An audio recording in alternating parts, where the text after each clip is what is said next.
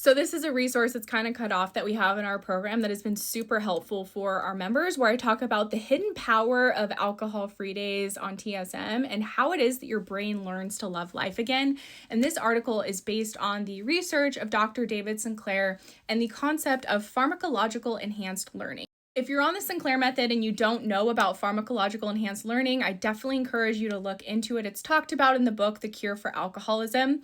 But really what this talks about is the power of alcohol-free days when you don't have naltrexone in your system and your receptors that were just blocked by naltrexone the day before become super sensitive and upregulated, and they're essentially ripe for learning healthier endorphin producing activities, because for so long our brains have turned to alcohol for pleasure. But as we progress through this treatment, we really need to learn other ways to enjoy pleasure apart from alcohol. And that's where pharmacological enhanced learning comes in.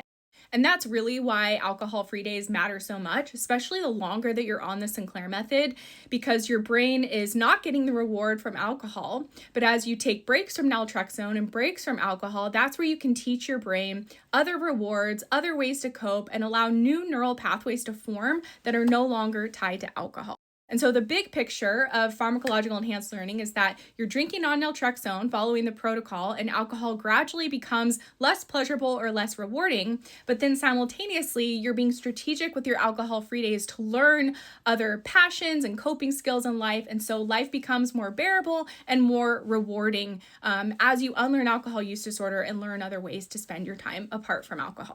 Alcohol-free days are not something that should be rushed on the Sinclair Method. Some people have them earlier than others. I do think it's more helpful to take it slow, but it's not something that you should put off forever, because if you're not allowing yourself to have alcohol-free and naltrexone-free days, it's going to be really hard for your brain to learn other pleasures and ways to cope apart from alcohol.